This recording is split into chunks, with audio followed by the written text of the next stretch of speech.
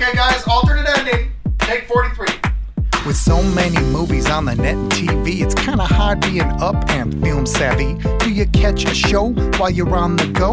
And how do you know what to keep or what to throw? How do you know what to keep or what to throw? Tune in, tune in, tune in to alternate ending. Tune in, tune in, tune in to alternate ending. Now!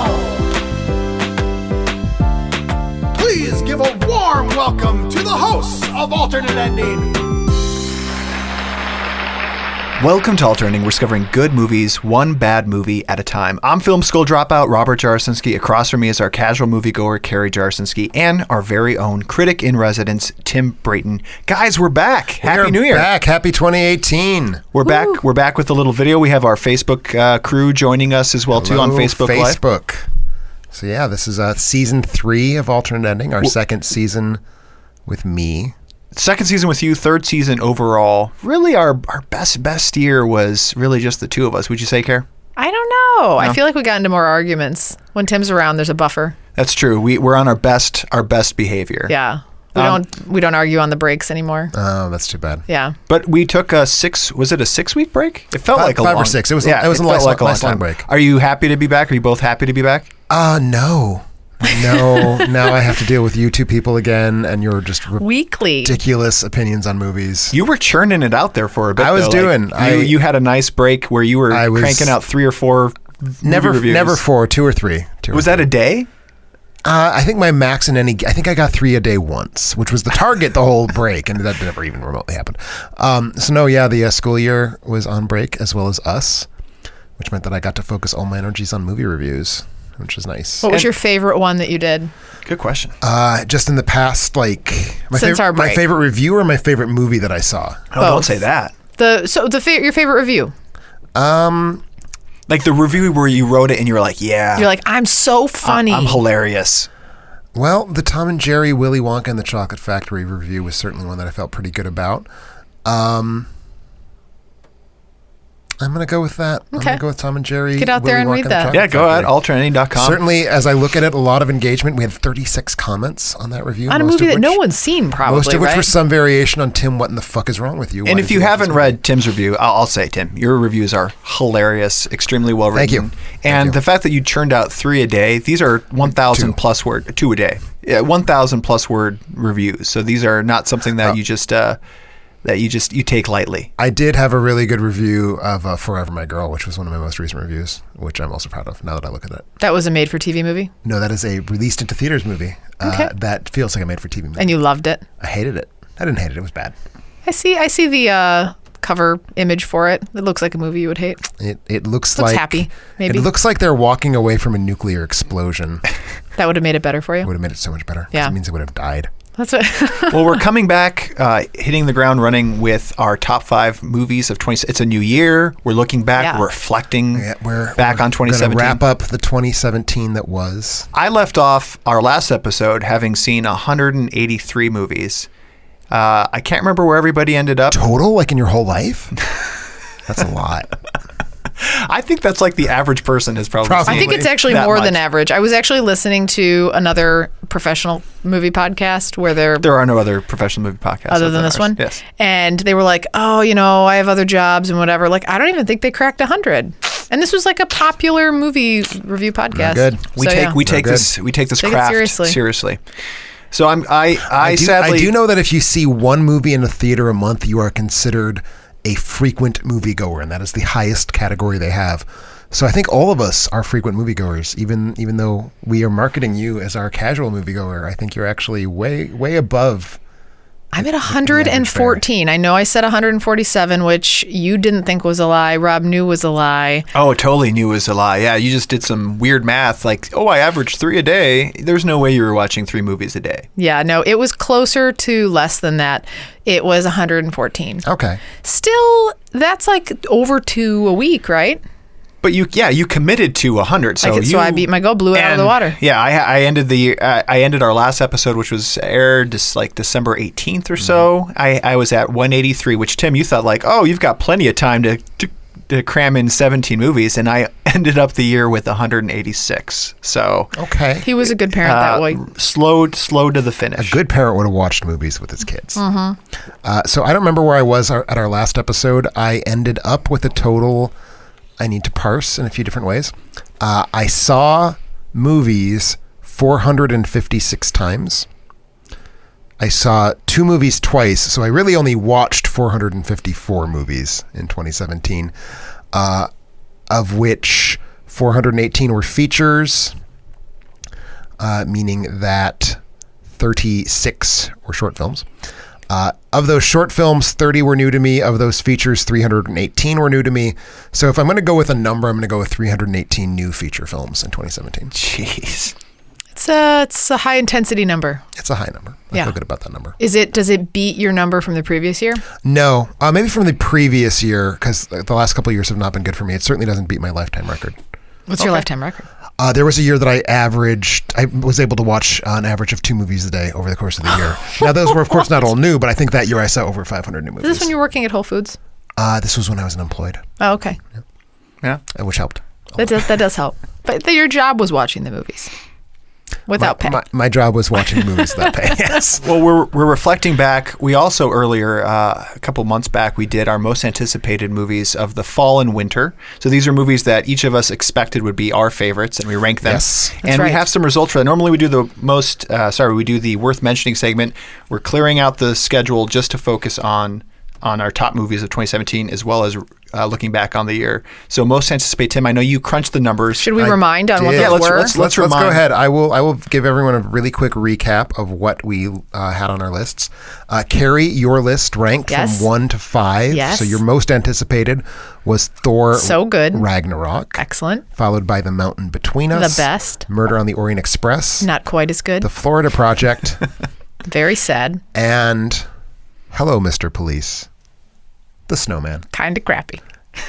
I think it was a great movie. Yeah. Oh, I'm sorry, The Snowman. Oh, no, The Snowman was terrible. Rob, your top 5. Are you ready? I'm ready. Number 1 was a certain small indie film, got a very, very limited under the radar release. Star Wars: The Last Jedi. Yeah. You also had Thor Ragnarok. I did. Blade Runner 2049. You also had The Florida Project. And you rounded things out with Pixar's Coco. I'm not ashamed at that list. And here's my list. I will say, if we're talking, we can characterize these a lot of different ways. In terms of Oscar recognition, I just fucking blew you both out of the water. My first 3 are all current Best Picture nominees, and we're going to talk a little bit about the Oscar nominees before our podcast today is done. My number 1 was 3 Billboards Outside Ebbing, Missouri. Cheater. My number 2 is The Shape of Water. Typical. So between those two, not only do I have films that were nominated for Best Picture, probably the film that's going to win Best Picture is one of those. You two. don't know. We don't know, but probably. If I'm playing the odds. Okay. I still feel like The Snowman has an outside chance to be a write-in winner. At least for adapted screenplay. At least for that. My third, also Best Picture nominee with no chance to win. Best voiceover by Val Kilmer, or best voiceover for The Snowman. Best voiceover. Oh, Is that a category? I thought we were on Tim's number 3. I'm a little slow on the jokes. My number 3 was Call Me By Your Name. I will. And my number 4, we all had Thor Ragnarok, as you recall, so that was my fourth. And my last one was The Killing of a Sacred Deer, which is a film that substantially wrecked our numbers in some very weird and like difficult to parse ways, because I told you two not to see it. Because you're a kind soul. You would hate it. You would hate that movie. I didn't want to do that to you. So for the official purposes of scoring it, we just went with a 0, which artificially penalized me because you can't even give a 0 on our site. The worst you can give is half a star. Do you stand by that? Like, do you feel like we would have hated it? I don't think there's any chance whatsoever either one of you would have given it more than a 2. And I think there's a very good chance you would have both given it a 1 or less. That's very generous. It makes me want to see it, though, a little bit. Yeah, I'm really interested in seeing it. I think you should see it. And if it turns out that you love it, we're going to revisit this and redo all the rankings. Did I win?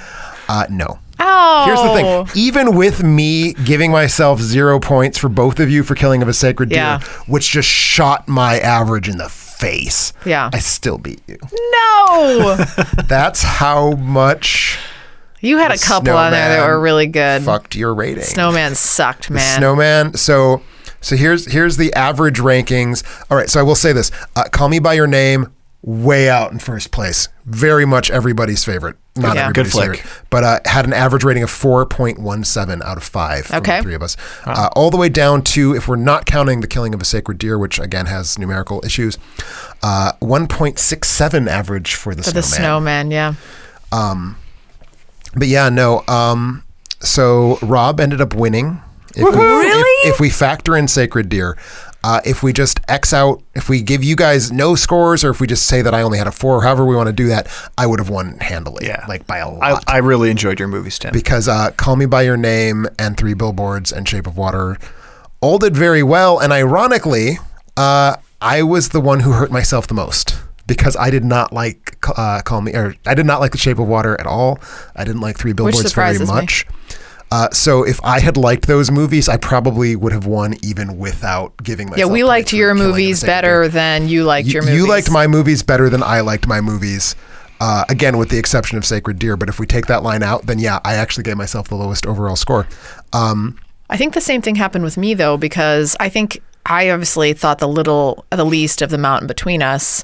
Everyone else, I think, pulled that up a little bit. Nope, that's not accurate What? at all. What are you saying? You gave yourself I know. flagrantly trying to cheat the system. You gave a 4.5 star rating to The Mountain Between You Us. gave it a 4.5 star? So I did, and because I really liked Sneak it. peek into your top 5 movies of 2017. So here's I the gave other it thing. a 2, and Rob gave it a 3. Is it because you don't like Idris Elba and Kate Winslet? Obviously. And- Who likes those two? They're the Like worst the two actors. best people. But anyway, so Rob won is what we're saying. So Rob won. Wow. So other things of note, I was by far, even including 0-star reviews from both of you, Yeah. I was by far the harshest critic.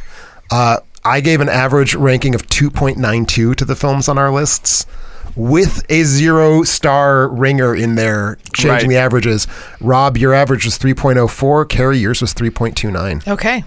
And just You're always so generous, Carrie. so people know, if we take out those rankings, It's very statistical. you go up to 3.59, Carrie. You go up to 3.32, Rob, and I stay down at. I actually go down to 2.82 because Sacred Deer was a really above average rating for me. Oh, right. Okay. Right. So yeah. So other fun things. As should be expected, everybody liked their own films the best. That didn't happen, I think, the last time. right? Carrie liked both your and my films better than her own, on average. See, you guys think I'm gaming it. I'm always honest. You are not. You are at least that honest. Yeah. And even with that 0-star, Rob, you still liked mine more than Carrie's. So Yeah, I can did. see that. Yeah. I can see that. You had great choices. thank you. So yeah, so that was the game. And we're looking to do this in the future as well, maybe with some different rules. I know right now. rules, so it's not quite so. Well, it's Although it wouldn't help out me because I was the biggest millstone around my own neck. well, for the goal is really to how well do you know yourself, and like we should be rewarding ourselves that I think way. for me, the question was how well did I know Guillermo del Toro, and the answer was not nearly as well as I thought I did. Right. Yeah. How well can you predict what you think you will like? I mean, Right. that's really the goal. So we need to be rewarding ourselves based on. I think you did a pretty on good that. job. You picked all like high box you office. gave yourself the highest overall rating, Action. the highest average rating of all was you for yourself. You predicted. Oh. You gave yourself a total of 3.6 out of 5, That's which about is right. which is the best anyone got. That's right. That's how Rob rolls. Well, but you and take out the you second take out, highest overall, Carrie, you gave Rob 3.5. But you take out that 0 for you. I would have loved your movies far better than I love mine. I think. I think that is correct. Yeah, because you had. I mean, your movies Yeah, really did get that me. would you would go up to 3.75. Carrie, if I take out that 0, you would have gone up to a 4.0 for me. Whoa. That's how much Whoa. you liked watching the So sad gay people. if you're ever questioning the thousands and thousands and thousands of dollars that you've spent on your education, like you clearly are the best at this game. I and I clearly, feel like that's but I'm worth not it. because I didn't like my own movies, so I don't know what to make of that. Yeah, but as a situation. critic, you're best at judging the broader audience. And so suppose. I feel like it's worth it for winning here thank today. you. Well, we didn't really win. The question but- as we head into our break will be, Tim, did you like any movies in 2017? Because is it just these movies, or is it all of the movies? And that's something I'll be interested in asking. Well, you guys. are we heading into the No, break? we can take some more time. Let's spend a little bit of time on the Oscar nominations. Okay, They are they're less out. than a week old. They came out last Tuesday. We were live tweeting. We were live tweeting. I was tweeting from me. You were tweeting from Alternate Ending. I was at the pool drinking. There you go. Best way to be. I know.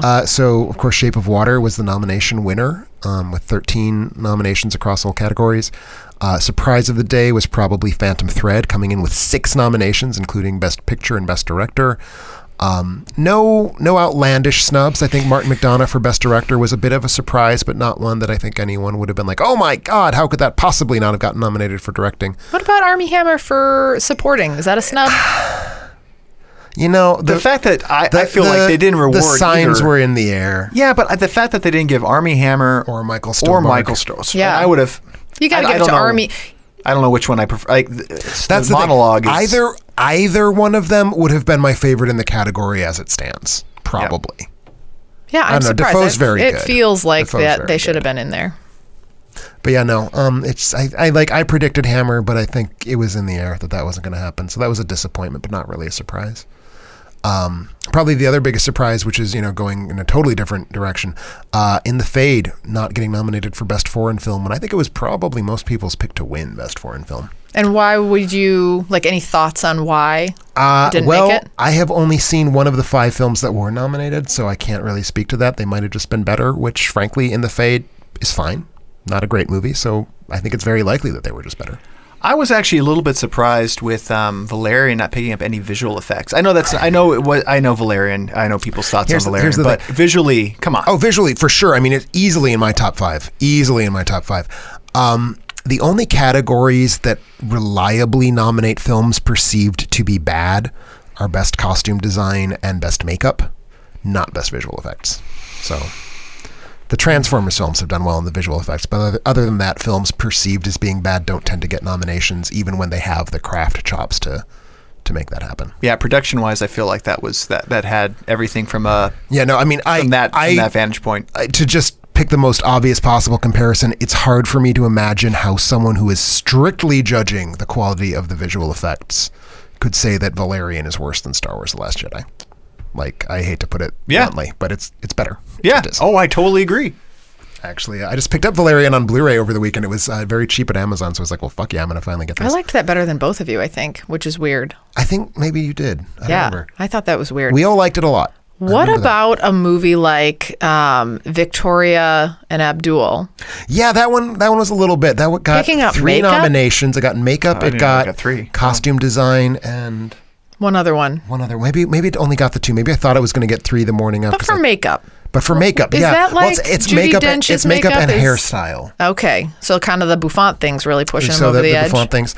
Surprisingly, as I said, usually you can count on makeup to pick a film that is terrible. They passed up Bright, which honestly, Oh, yeah. That one blue guy's face was really Bright good. had tremendously good makeup. Yeah, The it one did. thing you got to say about Bright, the makeup was terrific. Maybe better than either the prosthetics Yeah. in Wonder or in Darkest Hour, both of which got nominated.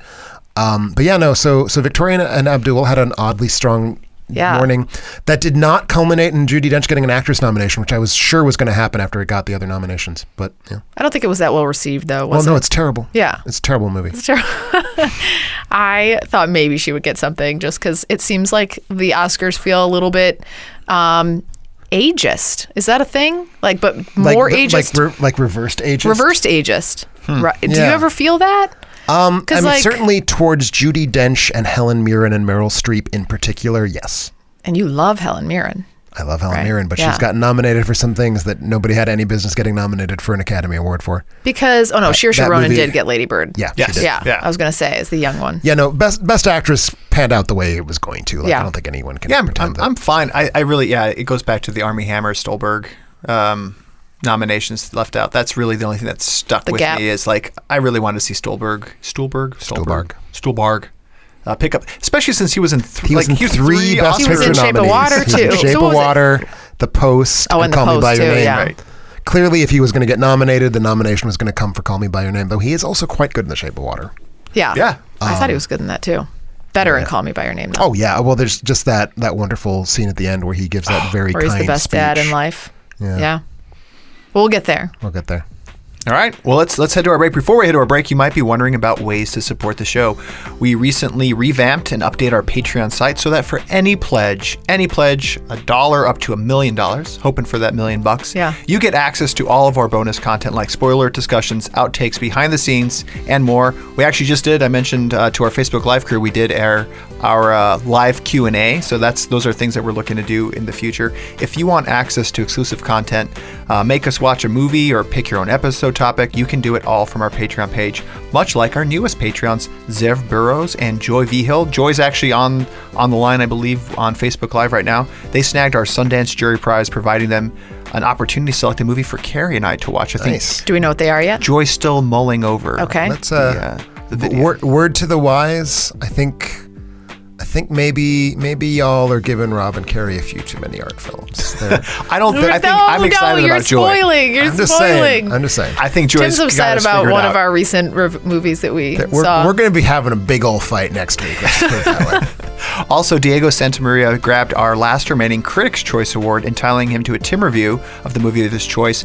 Diego is Peruvian, so he went with a Peruvian flick. I don't recall the title. Let's say that. The review will come up, and then everyone will get to see. Exactly. Yeah. And that spot only opened up for about a day because Patreon James Cooper, who's also joining us on Facebook Live, upgraded from his Critics' Choice Award to our Oscar package. He's going all the way. James. Yeah, thank you, buddy. The premium package? The premium package. It was on his 1-year anniversary. He wanted to celebrate by going all in with us. Is that where we all get together and watch a movie in the same place? We all hold hands, Okay. watching a movie. No, it entitles him to picking his own it's all of the above. Okay. He gets his own episode topic. Tim writes a review, gets to pick a movie for us. So also celebrating their 1-year anniversaries, Max Jacobson and my parents. Well, thank you, Mr. and Mrs. Jarosinski. Thank you, Max. Your parents thank you, aren't very good thank you, Mom and Dad. patrons. Also, I want to thank all of our listeners who support the show and make their Amazon purchases through our site. Doing is easy. Just go to our website, alternatending.com, click on our Amazon banner, and seamlessly go about your purchases. All proceeds go to making our show better.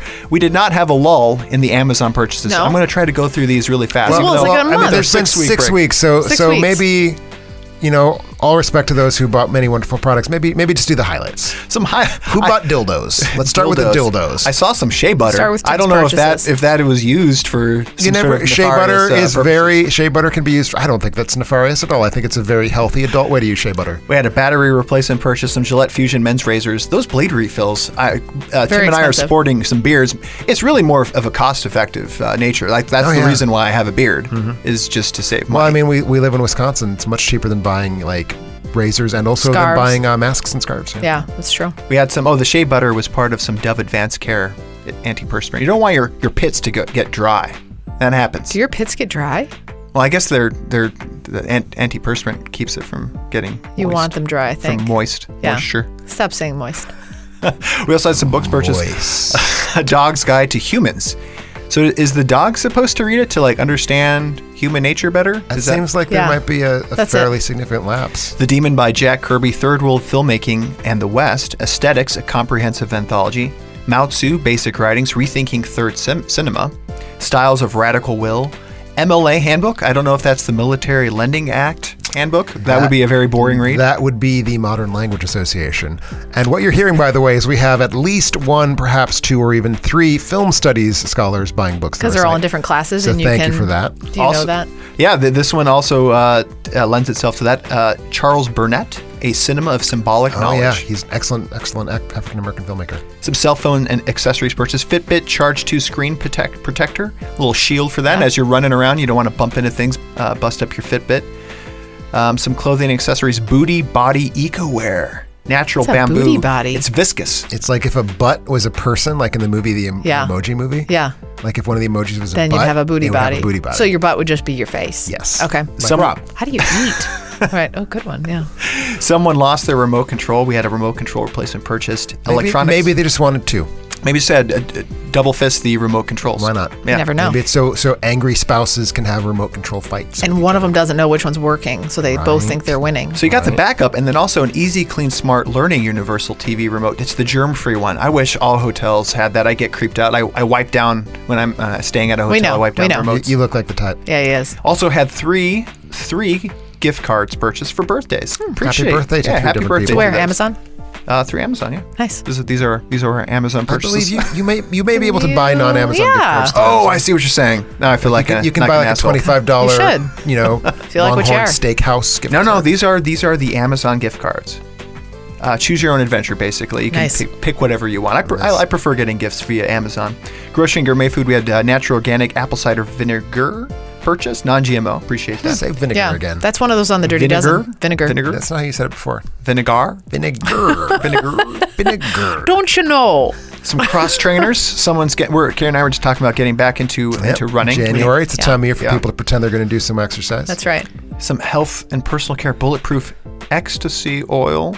Oh, What's Yeah. bulletproof mean? it's almost dildos. Yeah, but is that bulletproof a- probably is like. Have you read that story, Man of Steel, Woman of Kleenex, where if Superman came inside Lois Lane, his superpowered sperm would like put a hole in the back of her spine? I think Maybe it's for that. It is. It's a good story. You should, Yeah. it's an essay rather. It's a scientific essay. It's totally worth reading. Yeah, it's science, guys. It's science. Move along. It's fact. Move along.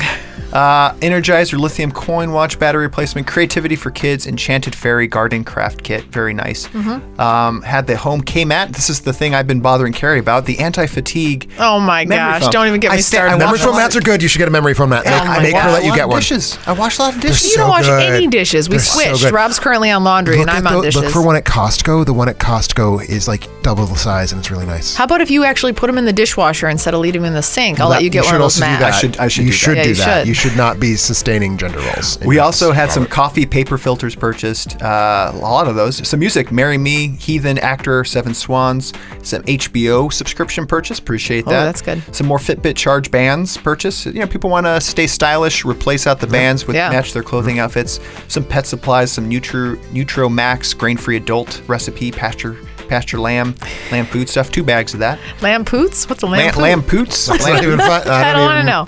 I bet it's good though.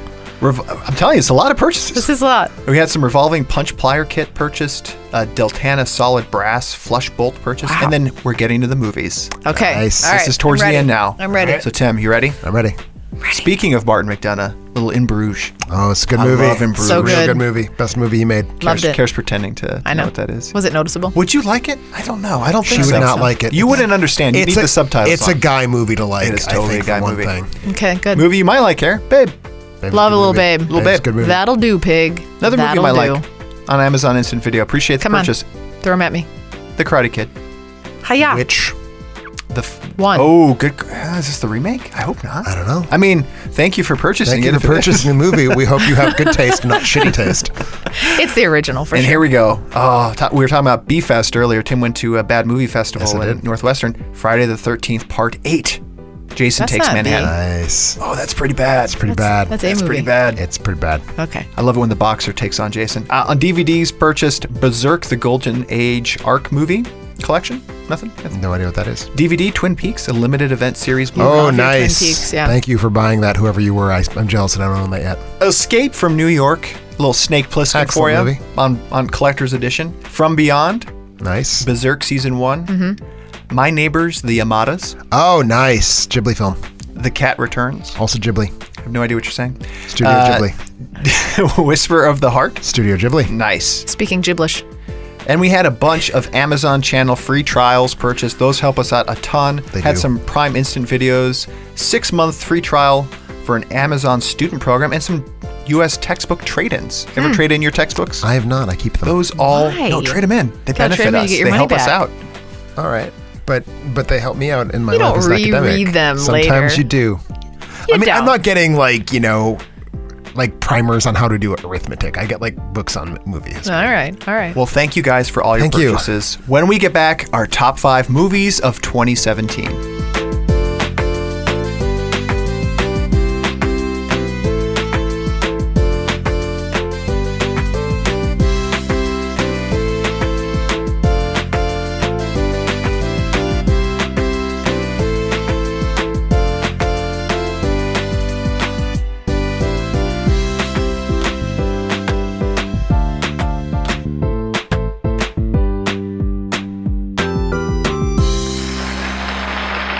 and welcome back to Alternating. We're talking about our top 5 movies of 2017. It was a long year, but was it? It was a 12-month long year. It was a 12-month, yeah, unusual. 365 days. But The whole thing. But the question is, was it a good movie year? Nope. That was fast. You did not think about that for too long. I have held the conviction for many months now that this might be the worst year. When did you know? Ever. Yeah, when did you know it was going to be When Cannes came out without a single film that everybody was excited about. It was like, oh, wow, if they couldn't even get together a 20-film slate at the Cannes Film Festival. There was like one film, and it didn't even open in the States this year. It's opening in the States next year. And that was the point where I was like, ooh, this is not going to be a good fall. And then you look at the Best Picture nominees, where frankly, yeah, I mean, I know a lot of people like The Shape of Water and Three Billboards and Lady Bird and Get Out more than I do. My favorite of those films is Get Out, and Get Out still is like a sort of movie to me. I thought this was a wildly disappointing year, though I did have more 5-star films than I did in 2016. So goes interesting. Now, so you don't adjust your rating per year. It's like you try to remain objective across over your a history very of movies. long term. I mean, like if I go back in time and I'm a podcaster in like the 1930s, then I probably between now and then would have adjusted my scale. But from 2016 to 2017, I don't reboot it. No. Care, good movie year, bad movie year. You know, I know it's like your first year watching movies. I watched them last year. I don't think I liked this year as much as last year. Don't really remember what I saw last year, but I feel better about last year. But I was able to come up with a list. Oh, I mean, I have a list of 10 films, my top 10, and then I have another several film runner-up list, which are going to be published Monday, shortly after this podcast goes live. And I feel like there's no bad films on that list. However, I had to start going into the 4-star reviews pretty hard, which I don't like to do for my top. Oh yeah, that'll be interesting to see kind of how far you had to dig or how low you had to go to get to your top 5. And didn't have to go to the 3.5 stars, but yeah, no, I look back at I thought it was a bad year. I didn't notice it quite as early as you did. I don't have that kind of that insight from a Cannes perspective. But when we started doing our fall prep, looking at what should be the critically acclaimed movies coming out in the fall. Fall was a wasteland. Yeah, I looked at the trailers and I was like, whoa, and last year for me, Lion, Manchester by the Sea. Oh, yeah, that was last year. I mean, these are movies that are going to stick with me, hell or high water. I will remember these movies. Sicario. Sicario's 2 years ago, but still. But still still good. clearly Still stuck with you. So you must be really excited for Sicario 2, which is coming out this summer. Is it really? It really is. Okay. They're making a Sicario 2. Okay, that'll be good. Not have her in It might not have the star power. Interesting. I feel like this was a divisive year of even movies that were really highly regarded. People either loved or hated. There wasn't an in between. So it feels like movies that I got really excited about that I would talk to people about. People were like, "Oh, I hated that movie," or "It was terrible," and vice versa. They said they loved them. I thought, "Oh, that wasn't a movie that was very good." I think in that regard, I feel like Star Wars: The Last Jedi being the highest-grossing film of the year is so perfect. Yeah, because like it made a lot of money. Critics were just like unable to deal with how much they loved this film. You talk to a lot of people on the internet; they seem to love this film. I swear to God, I've had probably 25 conversations about that movie.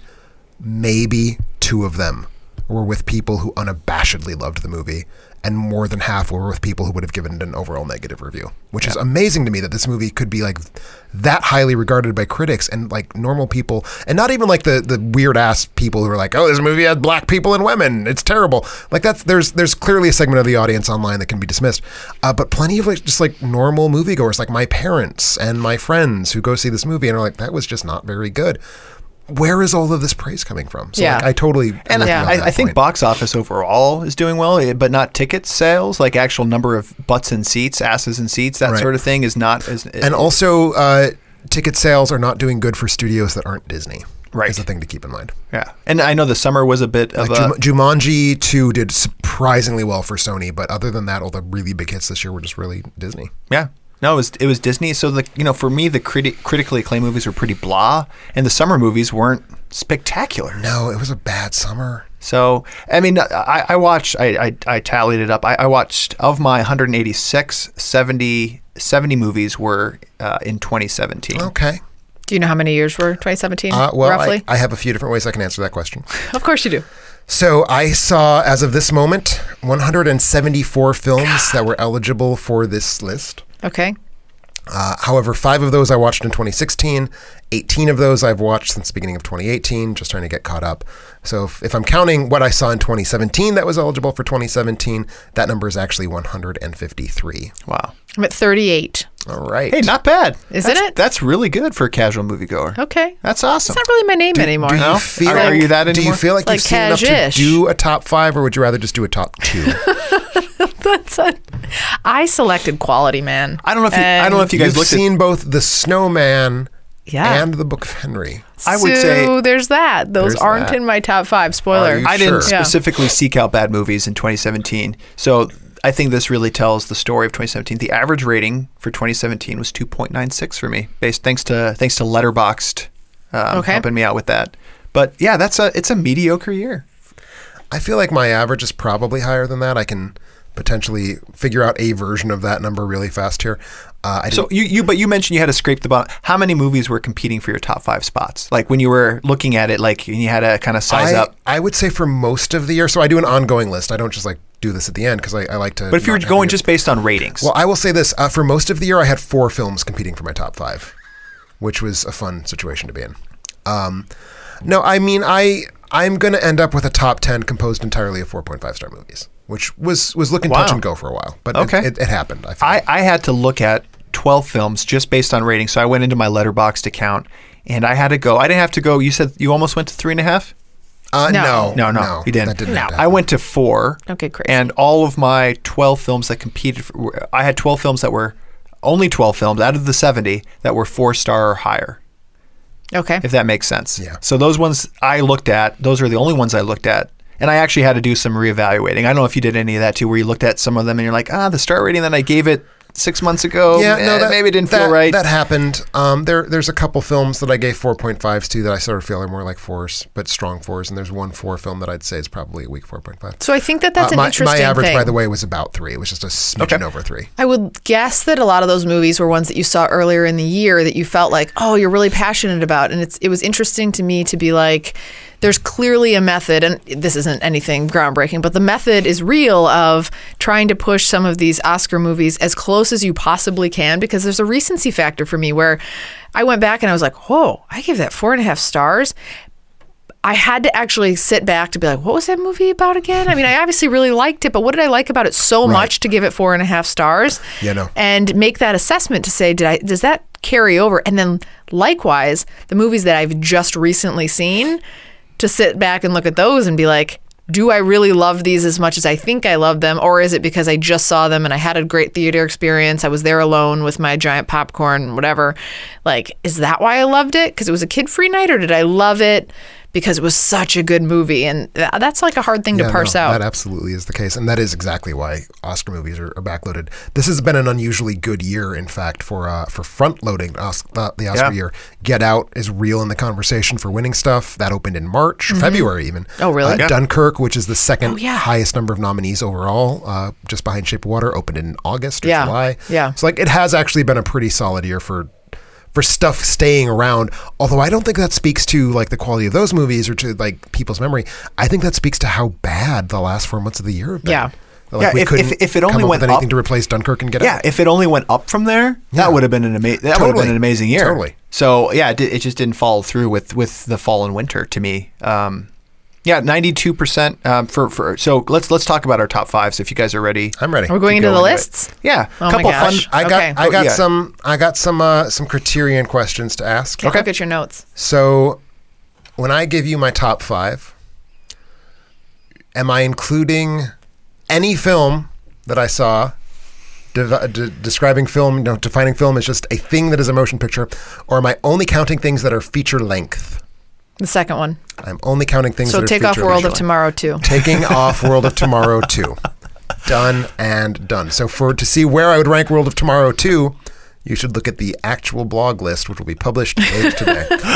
So taking off that. Now the other question, and I feel like this is one that's a little bit less clear-cut. Am I including only narratives, or am I including documentary films? So take off Faces, Places. And so it's the latter. Tim, you got a little smirk going on. Carrie knows you a So little bit. I actually have 2 documentaries in my top 5. Oh, let me think of what the other one is. So it's Faces, Places is one. And then the other one is that. But no, so we don't take it off. I don't want to spoil it. But that could count. That's a movie. Well, so it is. I think documentaries are fine. So am I counting documentaries? You can. But I feel bad for saying Faces Places now. But do you want me to not count it? No, you can count it. Okay, I'm going to count it. Because I actually think that that's a movie I actually want to see. I just read your review, and I know you had like a huge love. Oh, what were we going to say, Carrie? Finish the sentence. Huge boner for that. Thanks, Tim. I was keeping it clean. People can see my face. So you can include those. All right, I'm going to include this. Yeah. So I got, my list is then of feature-length motion pictures, regardless of whether they are nonfiction or not. Right. All right. If you guys have this handy, I'm also interested in this too. Is my top 5 had an average Rotten Tomatoes score of 92%, IMDb average 8, and then production costs $60 million. So not blockbusters on my top 5. I mean, you can see kind of maybe how I might have a blend based on that average, but mine are at like 98%, and you had a 98% average? 8.5. Yeah. Holy Who pulls out this data? I don't know. My average was 93.4.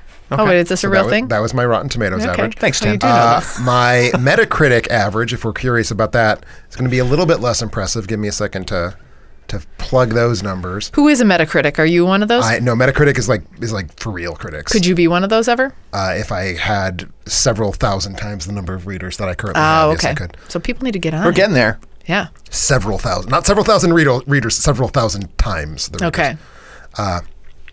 So my average Metacritic score, only 81.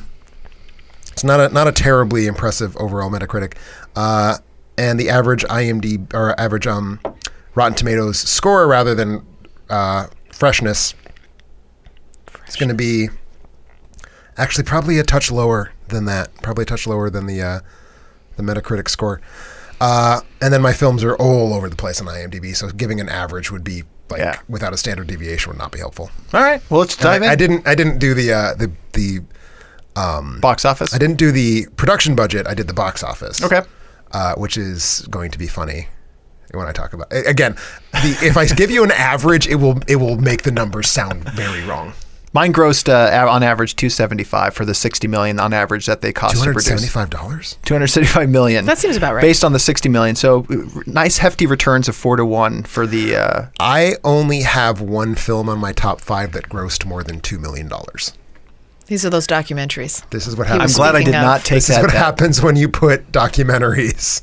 I did not take that bet. I'm very happy about that. Ready to go into your top 5, Karen? I'm ready to go. Let's do it. I'm going to start off with a movie that has some Oscar cred, got 1 Oscar nom. All right. For the scariest clown movie with a bunch of cute kids from Stranger Things. That did not get an Oscar nomination. I think it got one in my book. For what? You are not the Academy of Motion Pictures Arts and Sciences. But should I be? I mean, that's what I asked myself. I'm just saying you're not. Yeah. So I went with the movie It. Nice. Reloaded. And I don't even care. So this one's directed by Andy Muschietti and written by Chase Palmer. This is a movie that when I went back and looked at my letterbox, I rated it a 4.5 because, you know what? I just loved it. It was so scary. It was so good. I love the kids in this movie. I had just come off the heels of seeing the original It. It was way better than that. So much better than the original So much better than the original It, which I had high hopes for because it's so iconic. Like, I feel like it was one of those movies that was like, how did you miss it? It. And you made the joke when we made the last episode. So this one I just thought was so good. It's set in 1989 in this small town, and local kids are disappearing. It's a reload, so it's like sort of the same story, but it follows this group of 7 kids who are so awesome, and they dub themselves the Losers Club, which I can totally get behind. And then they encounter this freaky, shape-shifting clown structure who preys on your personal fears, and eats your face. And like, it was so scary. And I know Georgie, yeah, that was awful. Did Georgie come back? Why did you both just decide that the clown was from Boston? He does. I feel like I nailed it. I feel like I nailed the clown. The Georgie, Bostonian. come park the car. And that's what I just heard from you. And get some apples at the same time. So it was so scary, and I just really, really enjoyed this movie so much, and that's why I made my number 5. It felt weird against all of these other Oscar movies that are coming out to put it on here, but you know what? At the end of the day, it was good. All right. Not on either of yours. Any made-up Oscar nominations for your number 5, Tim? Mine is the imagine. Oscar nominee for balls-kickingest film about the Hiroshima bombing. Never seen it. Oh, this is the one that Tim talked about. This is with the one that I talked about. This is the fingers. This is with the what? The hands. When you What? you No do hands? balls? Hands. Yeah, I was doing this motion. When was I talking about finger? Okay, so my number 5 is In This Corner of the World. No, wrong movie. Okay, good. I feel better because I was No confused. manhandling there. No one doing like this to balls. So this is a film by Karabuchi Sunao. It's a Japanese animated film about Hiroshima and the lead up to. I do remember you talking and about the this. The aftermath of the bombing. It's a story about life during wartime. It's about you are in this place. This young woman is trying to discover herself and like become part of a family and like become an adult. And while this is all going on, Japan is in World War II. And like, what does that do to the daily rhythms of life? So already a really fascinating story that I think needs to be told, is told very well. And then on top of that, you have this amazing, amazing animation aesthetic where it is, she wants to be an artist. Like that's what she has to give up in order to like fit the mold of what a Japanese woman is supposed to be. And so the film like fulfills her dream of being an artist basically by like presenting itself in this very drawn, painterly way. I mean, obviously it's animation, so it's drawn, but like even by that standard, it feels more like someone's watercolors than just like watching an animated movie. So just a heartbreaking, wonderful movie, great story, great marriage of aesthetic and narrative. So I love this movie.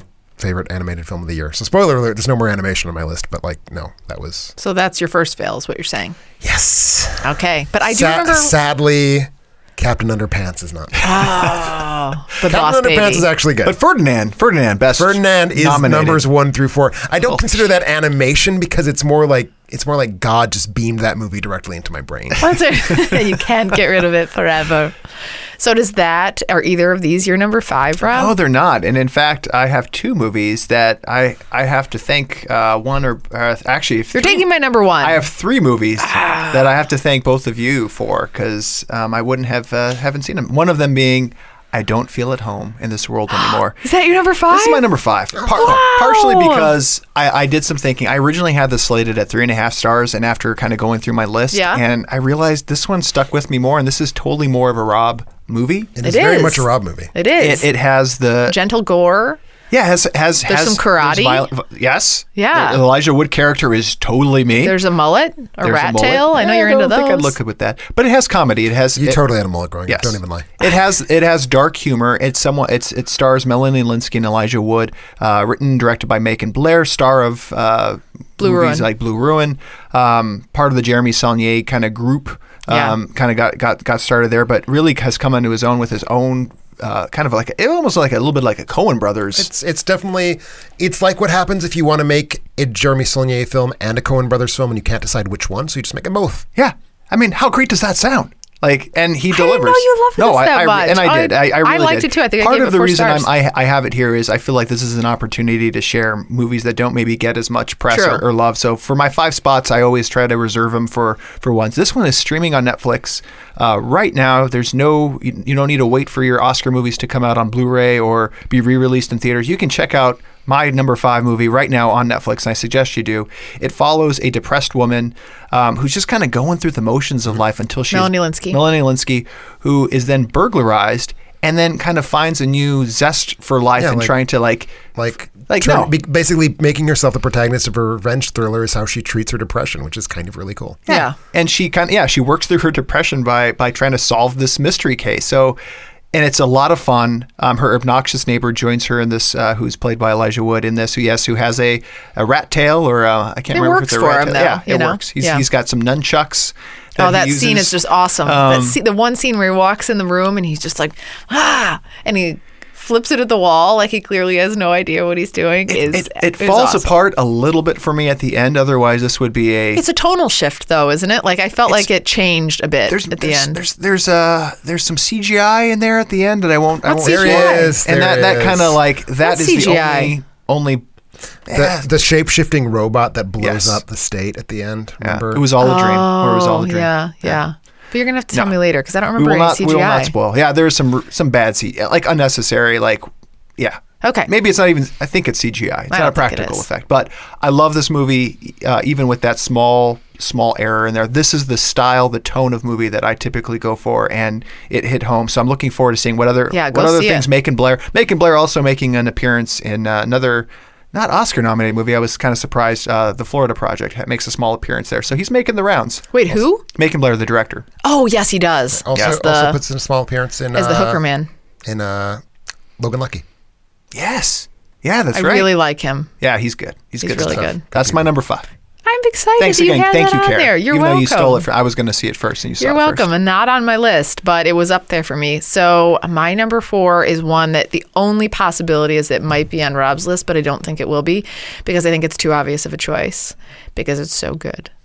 So this is the 2017 Oscar nominated. You say that. Actually, I think I have more films from 2016 than from 2017 on my list. See, I'm trying to be specific.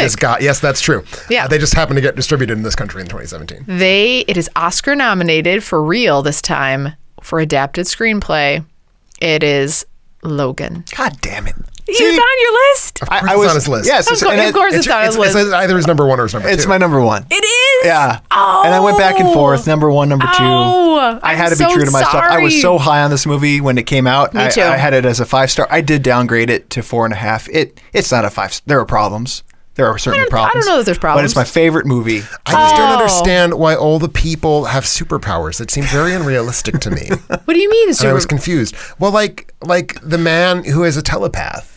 So that's why the is he a thing. telepath? Because that's his thing. Or the man who can make blades come out of his hands. It seemed very implausible. This is like a superhero I don't know. movie. It seemed very implausible to me. I feel like that's what makes a movie. Like if I had a spike of uranium that could come out of my hand, I would be unstoppable. But you don't because people can't. Or adamantium. It's Close. It's Yeah, adamantium. Adamantium. Yeah. Yeah, I got to give it to James. And I know we're on your pick too, That's so okay. you go ahead. I got to give it to James Mangold, and I know that this movie may have not been made had it not been for Deadpool. So you got to, I don't know what the timing was. This movie had to have at least been in pre-production. Do you feel like it would have been given the green light on the R rating? I think the R rating is something we could discuss. Okay. The R rating helped. I feel like they went a little too far with some of the gore. No, the gore. I think the gore's fine. I think they got too far with the language. The language. It felt forced. There were a couple F-bombs in there. There were a couple F-bombs that didn't need to be. Right. I But would agree with that. Yeah. it's a beautiful. I love the tale. It's a tale about Tell me about it. aging and Oh, he's so old. yeah, He's so and- old. He's old man Logan. Yeah, I old man know. Logan aging, and it's like a western. It's like a bloodshot eye. It's like, oh, He's can you dealing get with that taken aging, care of? Yeah. being alone. Professor X ain't doing too well. He's got dementia. And Played by Patrick Stewart. Yeah. Played by Patrick Stewart, who I want to just brag, the group I belong to, Online Film Critics Society, we were the only significant critics group to give Patrick Stewart a Best Supporting Actor nomination. Oh. So good for us, patting my back. But as a child of the 80s and comic book collector in the 90s, X-Men and everything comics, Marvel was so big to me. And seeing a Marvel movie done, or any comic movie done in a way that you always hope that like any comic book movie could be done and show, like, it doesn't have to be pomp and like it can just be a genuine human film, even though it's about mutants. It can have human emotions in it, and this showed, I think, the world that it's possible. And I hope that this leads to other comic movies kind of following suit with this, because this is when I think of a comic book movie, this sets the bar of what it should be like. I agree. Yeah. It was your pick initially, so do you? No, it's okay. That's fine because it was his number 1. Because he's going to have my number 1 somewhere in his and take it too. So I'll let him talk about it because my number 1's better. Yeah. I will say a couple things. One, I think this is the most interesting superhero movie since Dark Knight. I think in terms of doing other things than just being a superhero movie, like Rob spoke to. Yeah. 2, this was the first movie I watched in 2018. My dad hadn't seen it, so I was like, let's go ahead and watch it. You mean 2017? 2018. Watched it January 1st. Oh, like you just saw it? I've seen it twice now. Oh, okay. I watched it in theaters, and then we discussed it. I know. I remember that So now. I watched it in theaters, and then I rewatched it with my dad on New Year's Day. Did your dad like it? He liked it a lot. Yeah. My mom did not like it. I can see that. Too violent. Too violent. Little sweary. She doesn't mind swearing. She minds violence. Yeah. For sure. Dalton Davis, audience listeners Dalton Davis, Junior Ortiz, Taylor T. Carlson, also audience members like this movie as their top 5. Also want to say an audience member yourself also liked I Don't Feel at Home in This World Anymore. I know I'm going back to that one, but I wanted to give yourself a little bit of a propping yourself up over there. That sounds good. This is building my case for my top 5. Go see it for Daphne Keane too. I had never seen her in good. anything else, and she She's was never been in amazing. anything else. No, she was so good and so scary with her little toes, and everything about the way that pieced together with. I love like a good little love story. And that was like a little... Probably best Hugh Jackman performance. Yeah. As Wolverine, for sure. As Wolverine, for sure. Best Hugh Jackman performance is taking us down a rabbit hole that I'm not ready to go down. You don't want to go down there. Until I've looked at his Until CV. you've seen The Greatest Showman. Well, I've seen The Greatest Showman. I know you have. It's But until we talk it's about not it. better than Logan. It's not. You guys need to see it, though. I know. You should see it. It's on my list You'd of like things. it a lot. I've seen it. I know I will. You have. I'm still humming. Yeah, this is me. There's some music in there. You are so humming that a different was song than This Is Me. So that was- Logan. So it's to my number to 4. your number then. 4. Yes. My number 4, like Logan, is a major superhero movie that grossed tens of millions of dollars, except that it's actually not those things. It is Personal Shopper, directed by Olivier Assayas, starring Kristen Stewart as a personal shopper. So it's a French art film. It's a straight down the line what you think of when you think of French art film. That is this movie, just done really, really well. It is a French art film / like sex drama / ghost story. What's the sex drama part about? The sex drama is that she turns herself on by trying on the clothing of the celebrities that she is the person. Oh, okay. So it's like a one-on-one thing. It's like, yeah. So it's like this. It's just an amazing movie. Like genres getting mixed all over the place. Just the fact that it's a French art house ghost story, like follows all the rules of like an Insidious type of ghost story. Like it's not some weird genre, like it's absolutely a perfect ghost story. So Kristen Stewart has recently lost her brother and is trying to connect with him if he's died, and she's trying to like figure out, is he still out there? Is he still out there to talk to? So that's kind of her arc for the movie, is like just trying to deal with that. Meanwhile, she is buying clothes for someone, and she's buying clothes for a celebrity, and in that capacity gets involved in a murder mystery. So it's a very exciting movie with some really, really dense character drama. Kristen Stewart is phenomenal. She's never been better in anything. I think it's officially time for us to retire like any shock and awe that Kristen Stewart can be great, but oh my God, she's so good in Personal Shopper. Yeah, just a movie that did all kinds of things and did all of them well. There is a scene where she's checking her text messages, and she's realizing in the process of checking her text messages that the killer is like right behind her because of the content of her text messages. And it's like the scariest text message scene you could possibly imagine watching in a movie. Worth seeing this movie just for that. I will say this was the most controversial film on my list. It had the lowest Rotten Tomatoes rating. It had by far the lowest IMDb rating. So a lot of people thought this was just like puffed up nonsense. A lot of people thought that Assayas had lost his way. But a lot of people also think that this was like maybe the best thing he's done in a while. So for me, this was a great movie, great thriller, great character drama. And when you can have a movie that's both of those things, that's pretty fucking special. And it's that plus also like this really interesting like discussion of consumer society. And like she is a personal shopper. She's very invested in this sort of like consumption culture. And like that plus character drama plus ghost story is like just a tremendous blend. And it's perfect. Ghost story, murder mystery. I'm kind of intrigued. I think you'd hate it. I think if you watched it, you give it 2 stars, maybe 2.5 if you were feeling really good about it. Okay, that's Have you had a beer? Yeah, it didn't get nominated for anything. No. we had a lot of audience members. Although I I believe that Kristen Stewart won the Best Actress. Was it a Golden Globe? César, the French award for acting. Oh. Becoming the first English speaker to ever win that award. Huh. That is interesting. Sounds good. It is good. It's very Would I also hate it? Do you like French art films? Give me another one I've seen. I don't know if you've seen any others. Then The yeah. closest one is probably The love Shape them. of Water. Yes. That is not... well, actually, no, that's actually very much like pretty Amélie. close. That's actually very close to a French art film. Yeah. We'll get there. So that makes it to your number I'm on number 4. 4. I do have an Oscar-nominated movie right here. This one's going to take one of yours, Carrie. I know. I feel like it is, because I know you tear up every time this comes up in conversation. Talking about Coco. I've already cried. Remember me. Oh, don't sing. Well, if you sing it like that, I'm not going to cry because Yeah. it's terrible. That's not how you sing it. Aspiring musician Miguel, that's my number confronted 2. with his family's ancestral band on music, enters the land of the dead to find his great-great-grandfather, a legendary singer. Again, much like Logan, dealing with aging, remembering your past. That's not what Logan deals with, a little bit. But this is really more about just the heritage, the Mexican culture's way of dealing with death and remembrance and things like that. And I love this movie. I put it at number 4. It sticks with me. I think about it. I tear up every time I see it. Where'd you say it ended up on yours? It was my number 3. Number 3. Oh, you So said we're it was close. 3. Okay, I thought you said Or wait, 2. sorry, number 2. Number 2. two. You were right. But Yeah. I said 2. Yeah. 2 Oscar nominations.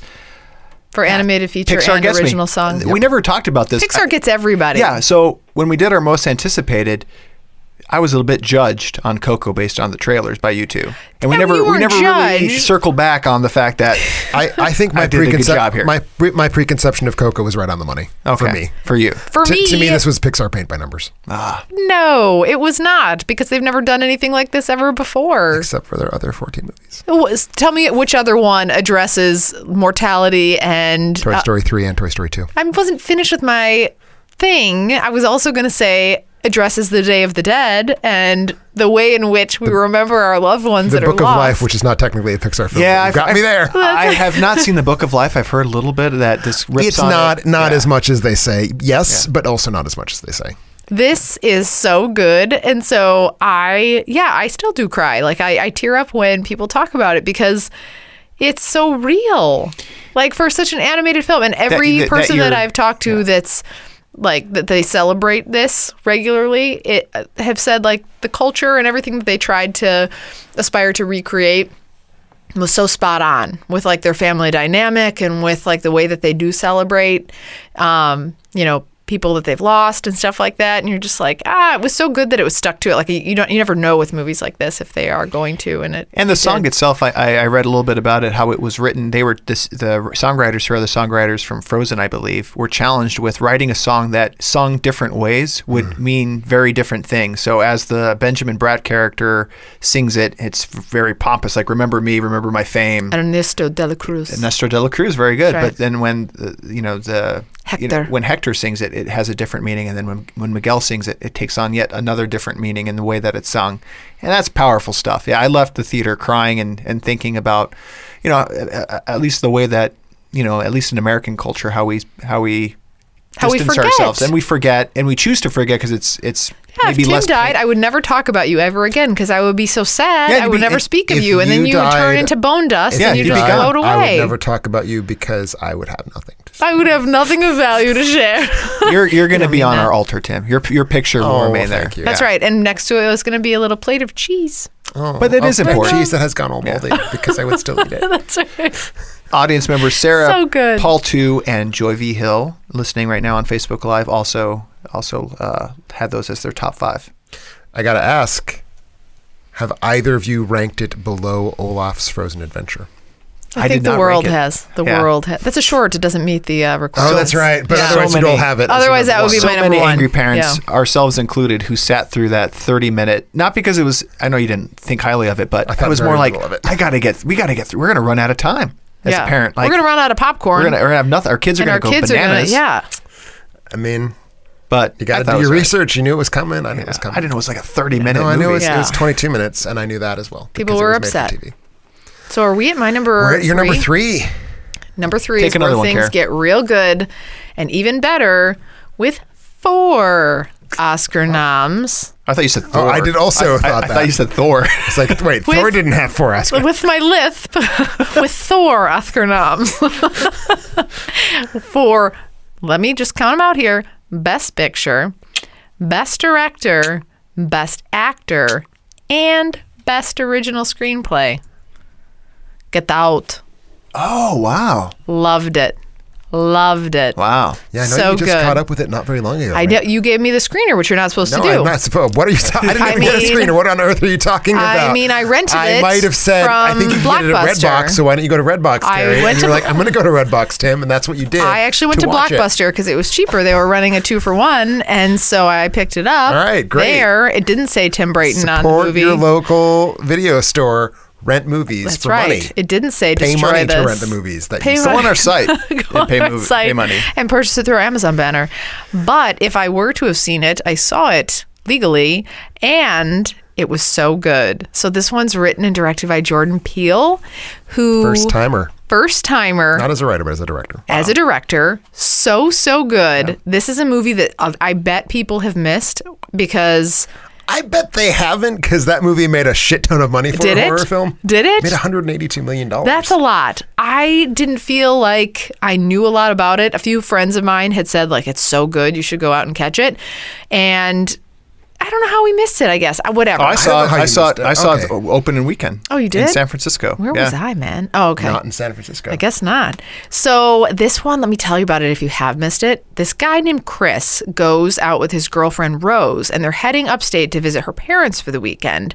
He's worried because he's like of a different skin color than Rose, but she's like, NBD. It's no big deal. Like, it's totally fine. Just come meet my parents. They love Obama. They voted for Obama. They voted for Obama. They would vote for him again a third time. And so he's like, I really think you should talk to them about it because I don't want them to be surprised. And even as a viewer, you're like, you don't need to say anything. It's totally fine, whatever. So they go there, and then the family starts off and they're super accommodating, like overly accommodating. And it's this like picturesque like landscape and this beautiful home and family, and then things turn and get really, really super weird. And even though everybody told me, no one told me the twist. Even though everybody told me that it turned and got super, super weird, I never, ever knew that that's how weird it was going to get.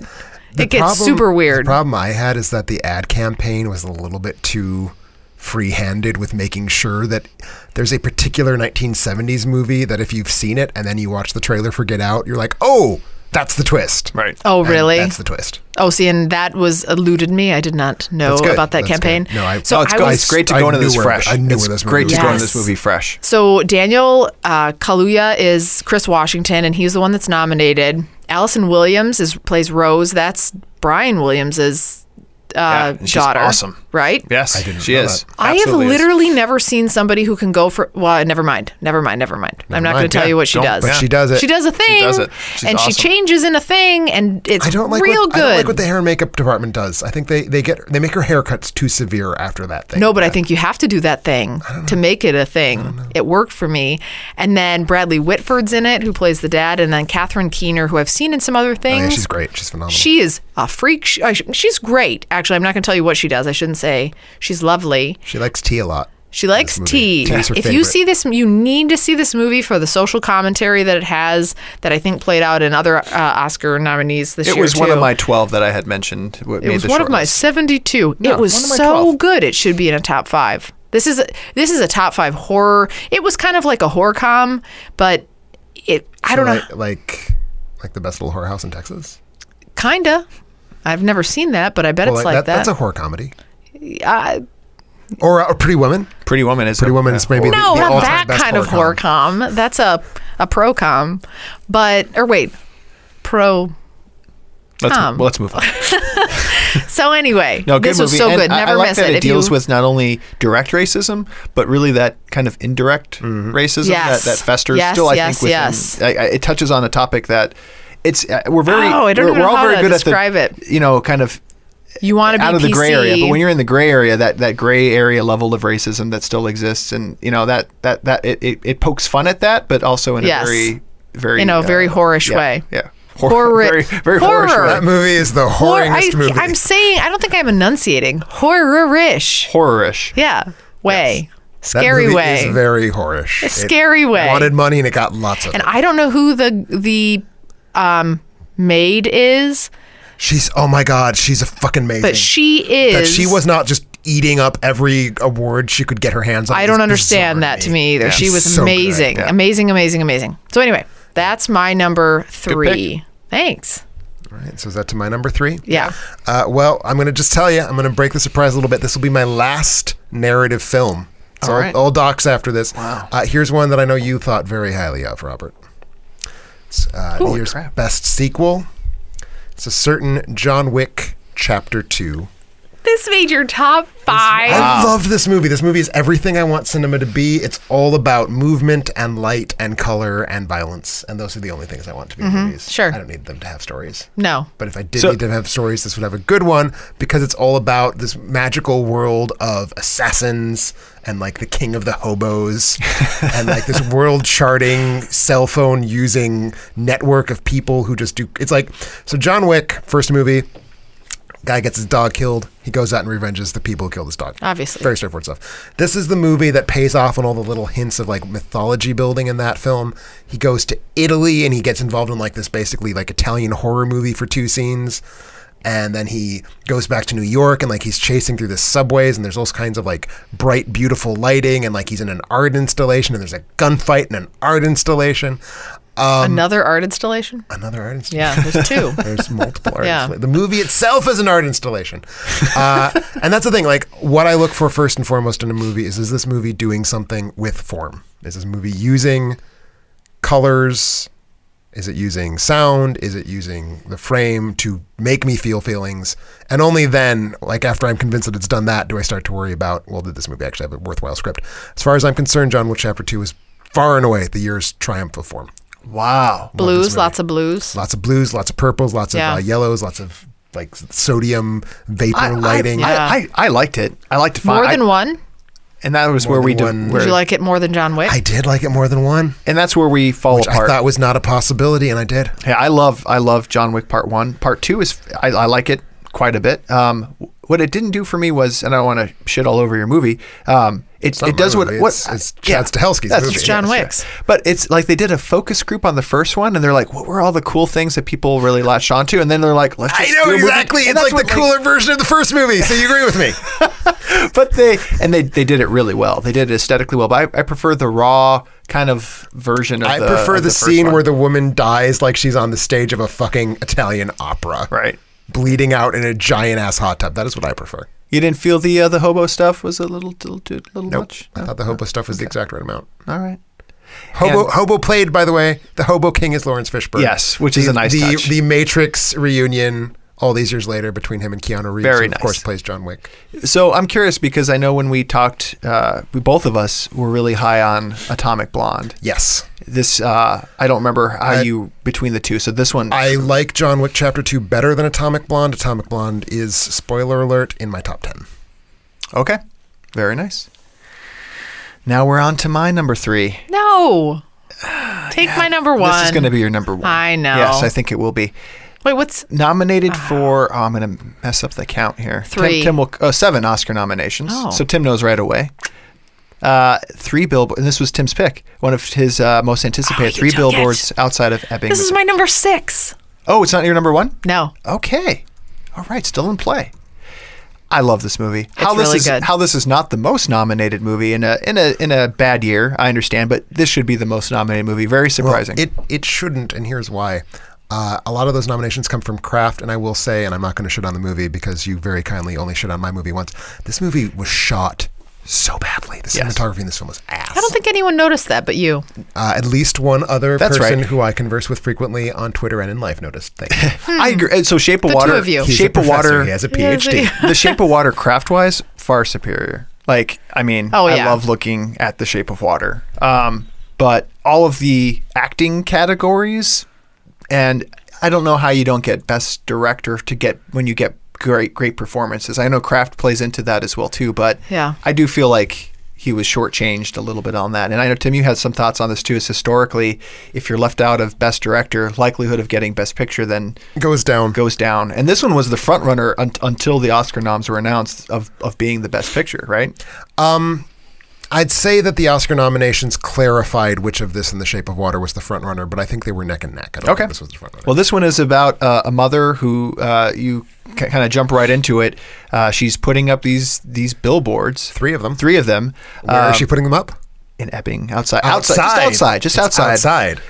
Basically, her daughter has been murdered in a very gruesome way, and You don't really know how. she holds The billboards tell us more or less exactly. Yeah. Oh, what did they? I missed the billboards. Raped while murdered while raped while dying murdered, is raped one of while the dying. Oh, yeah. And she holds the police department of Ebbing, Missouri, responsible for not having followed through with figuring it out. So she's taking matters into her own hands and finds this kind of almost pseudo-viral way through these billboards of putting some accountability and kind of getting some things happening. And it sets off a chain of events within the city. And I just love the back and forth, not only with the mother played by Frances McDormand, but the police officers led by Woody Harrelson as the sheriff in town. Great performance by him. Sam Rockwell as his... Even I don't even know what he is. He's a deputy. He's a deputy. He's a deputy? He's a deputy. A very racist deputy. Such a douchebag. Yes, just... Such an excellent douchebag at that. Right. Sam Rockwell is one of our great acting douchebags. Oh, and I'm so good. I've loved Sam Rockwell I think a lot of people have for the longest time. For him to finally be given a movie that has as much clout as it has, so that his performance can be recognized at this stage is great. You have Peter. I know we've just been catching up on Game of Thrones. You have Peter Dinklage in here doing a great job. John Hawkes is the Peter Dinklage. Yeah. But he's in 3 billboards. Yeah, briefly. Where? He's kind of interested in Frances McDormand. Oh yes. I remember. So yeah, this builds and it boils over the plot, like all of the tension between all of the characters, and there's a lot of different scenes. I don't want to spoil too much of it because there are a lot of... It's so good. Yeah, it's great dialogue. It's the writer of In Bruges, who someone picked up on Amazon Instant Video from our Amazon purchases. It has that quippy dialogue. My only knock on the movie is there are some pieces of dialogue where it just kind of stops and it's like, wait, what just happened? Like, this doesn't make any sense. I'm okay suspending my disbelief in most cases, but there are a couple where it just felt a little jagged, like it just doesn't make a lot of sense. I don't know if you felt those areas in particular when John Hawkes' character. I'll say that. I mean, I'm not going to say that was a dialogue problem. I think it was just more of a script. Who's John Hawkes again? Her ex-husband. Oh, yeah. There's some things that didn't ring true to the situation. Like the scene in the restaurant, I think in particular, didn't feel like a scene that served a function at all. Yeah. But wasn't it supposed to just sort of flow? Like it was meant to feel like a month, a week, or whatever, a period in time of a life of this woman. I don't know. And it's interesting. The movie obviously focuses a lot on Frances McDormand, but Sam Rockwell gets a lot of attention as well in the movies, and there are character arcs throughout. And it's just interesting spending some time with each of these individuals. There's also Caleb Landry Jones, who's also in Get Out. He's also in Lady Bird. Yep. Caleb Landry Jones? He's the gay boyfriend. No, that's someone else. Obviously, not the gay boyfriend. Caleb Landry Jones is in 3 of the Best Picture nominees. But he's also in Lady Bird. You're thinking of Lucas Hedges. But he's also in Lady Bird. He is. In 3 billboards.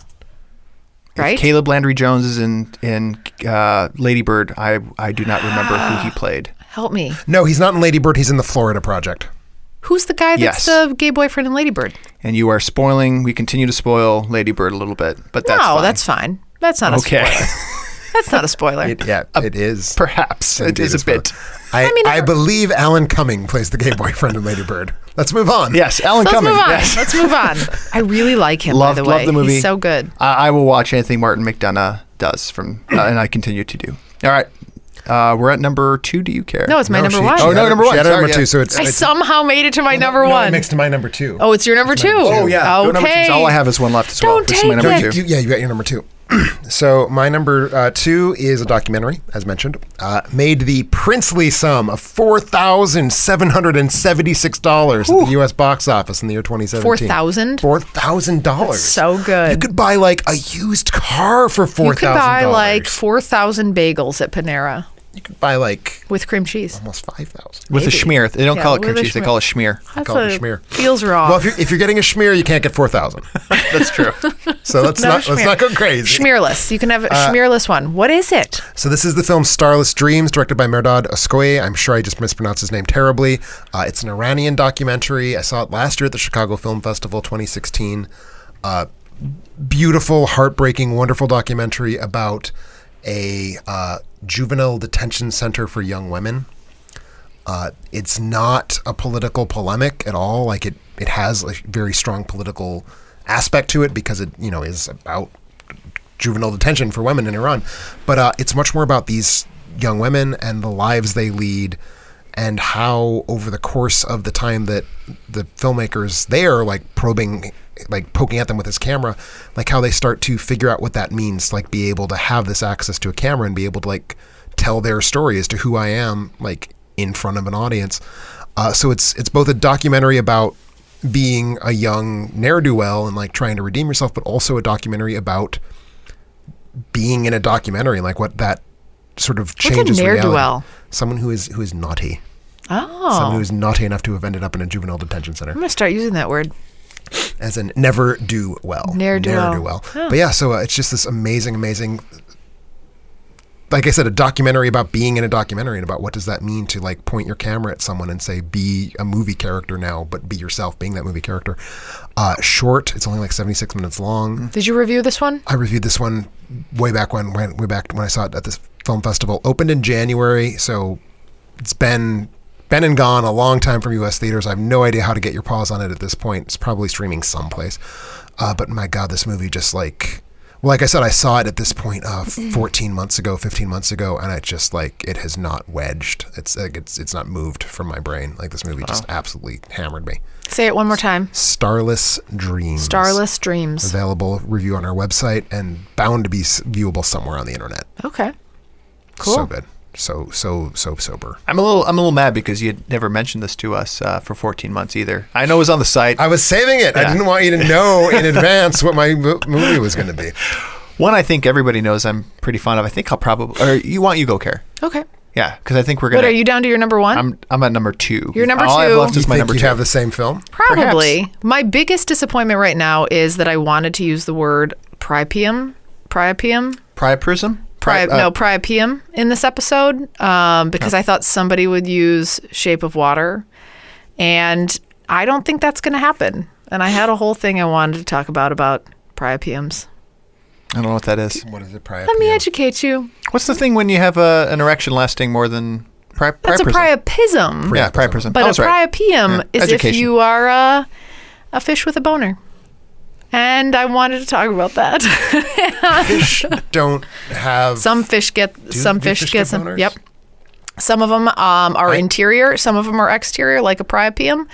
And some of them are on their face. Are you sure you're not confused? Because like I used to professionally bone fish.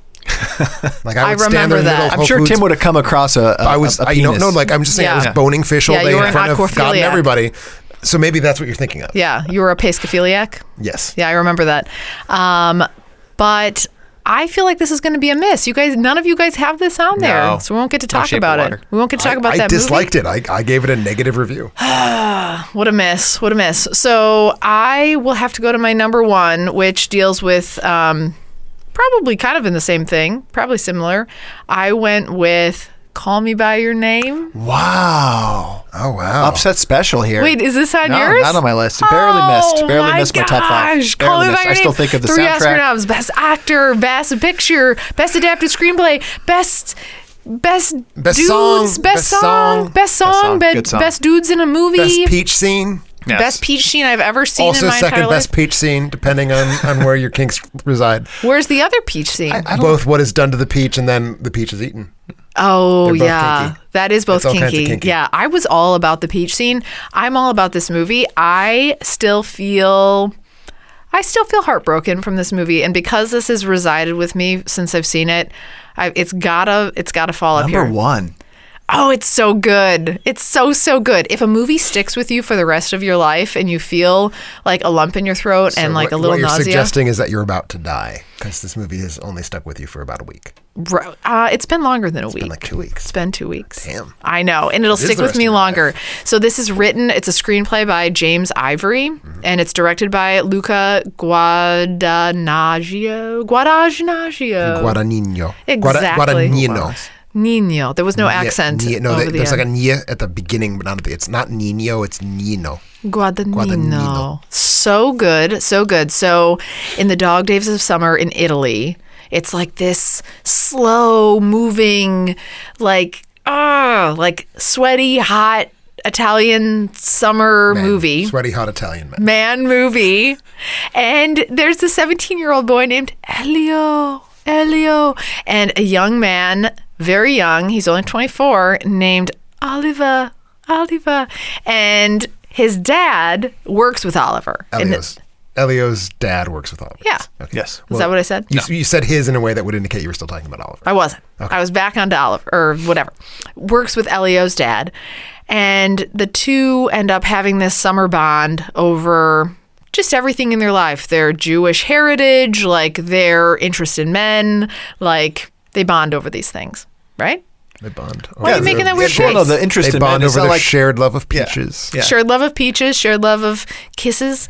And so this stars Armie Hammer as Oliver, who I still don't understand why he wasn't nominated for Best Supporting, Timothée Chalamet as Elio, Michael Stuhlbarg as his dad, Mr. Pullman, Elio's dad, Amira Cesar I think so. as his mom, and then he has a girlfriend in there too. But anyway, this movie is just so good. Like, I'm still weeping. Like, I left the movie. I had a stomach ache from it, and I think it's one that created an interesting discussion. I think social discussion that I think around, like, I know there's a big discussion on our website around it too. A pretty substantial debate, a lot of debate outside in the world. So it's a summer love. It's a summer love relationship. The big discussion being around the age disparity between being 17 and 24, the age gap. I did not feel that at all as a problem. I'm not usually into pedophilia, but This time you were? This time I was fine with it because I Elio think- pursued this entire relationship. I think the reason it didn't affect me is I've gotten old enough that I hear 17 and 24, and to me they're just like all kind of in the same like bucket of, oh, well, they're kids. They're the kids, same it's age. fine, Like yeah. that 7 years feels like it doesn't even exist to me because No. I'm like 12 years older than that. And And I'm Elio like, pursued him. I remember It would be being different. 24. I was like 5 minutes out of high school when I was 24. Right. Yeah, there's something so raw and genuine about their relationship. I will say that the hardest part for me was buying the initial. How did they get to the fact that they like each other? Because it was all There was a just, shoulder squeeze. There was yeah, a there was squeeze. yeah, and I And didn't there's pick up the on thing the. where I like there- Armie Hammer so much, I couldn't figure out why he liked Timothée Chalamet so much. That was the problem I had. Like, I was like, you're yeah, Armie mean. Hammer is awesome, and Timothée Chalamet's character, I was like, what? I mean, I know he's this savant musician. Yeah. He's very talented in his own right, but I didn't get the, like, why is Armie into this So kid? here's the thing. I'm going to throw You know? some affirmation your way. While Armie Hammer has you guys all like beat from like, you know, that like lower part of your butt cheek, like right under there, from there up and from like the ankle down. Yeah, Armie's like smoking. But I think you guys have him beat in the calf department. I don't know if you guys noted that. He's got some weak calves. He's got some weak calves. I feel like both of you guys have a leg up on him there. Well, I'll take up. I know. That's good. Yeah. But I didn't think Beautiful he was movie. like, he was so, like, it was such a beautiful relationship that developed. We've named a lot of the people who mattered, but I just want to quickly toss out the name here of a cinematographer. I'm going to butcher his name, and I apologize. Sayambu Muktikprom, who shot several of Apachapong Weerasathikul's films, including oh my God, what's the film called? Like the early one from 2002. Films that very much tie into the same like vibe of the movie I was looking for was called Blissfully Yours. Yeah. And he does similar work? He does similar, like what he does is shoot these very beautiful, gauzy summertime. Like the lighting is soft. Just and you feels the hot. air You're feels like hot watching and it. Feels hazy. thick, But yeah. not like hot, like, oh God, I need to go get a lemonade. Hot, like, oh, I'm just going to sleep here on my Take a nap. Yes, I need a well said. hammock. Well exactly. said. Like beautiful, like going to be outside and sweat, not get inside. And Yes, get yes. Which, I mean, that's what the cinematographer is great at. This is a beautiful fucking movie. I Just so completely pretty. agree, and everybody's already talked about it. But Stuhlbarg's speech at the end, he's the dad, is just one of those moving. It applies to everybody on the planet. It's not just to his son, but the meaning behind what he says is so powerful and it's impactful. a perfect movie that captures summer love, like in summer, yeah, and heartbreak and heartbreak, everything about yeah. it, like everything that's wrapped into one. Everyone's been there at some point, and I'm left still with that like hole in my heart for what happened. Elio. Hello, hello. Whenever Rob wants to see me cry, he just like whispers that like a jerk, and It's a mean thing to do. it's I'm really trying mean. to yeah. get her like hot, but it's not If working. I wanted to see you cry, I would tell you what happens at the end of Killing of a Sacred Deer. You can do that later. Well, we're left with my last pick, which is my number two. movie. My Your number two and my number one. So we're. Oh, you still have one? I still have my number one. Holy crap! Okay, so you go.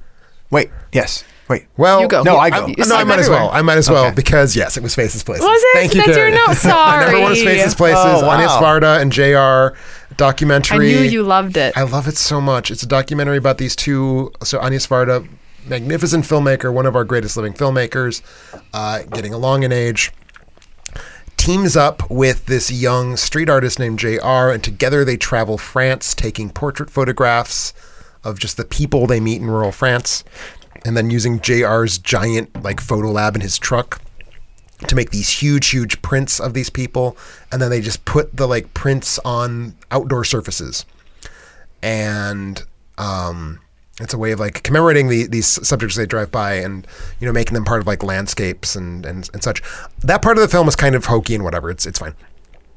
What's amazing is that as they drive along and they're doing this big photography project, is what we start to learn about them and their relationship, and how Varda, is this old woman.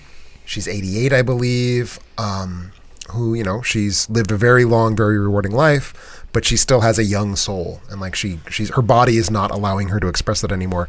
But working with this young JR, who I believe is 30 or 32, something like that, gives her access to having like a creative colleague who like makes her young again in a way. And like that's kind of the meta narrative of the film, which really becomes the main part of the film in the last 30 minutes. It's an hour and a half long.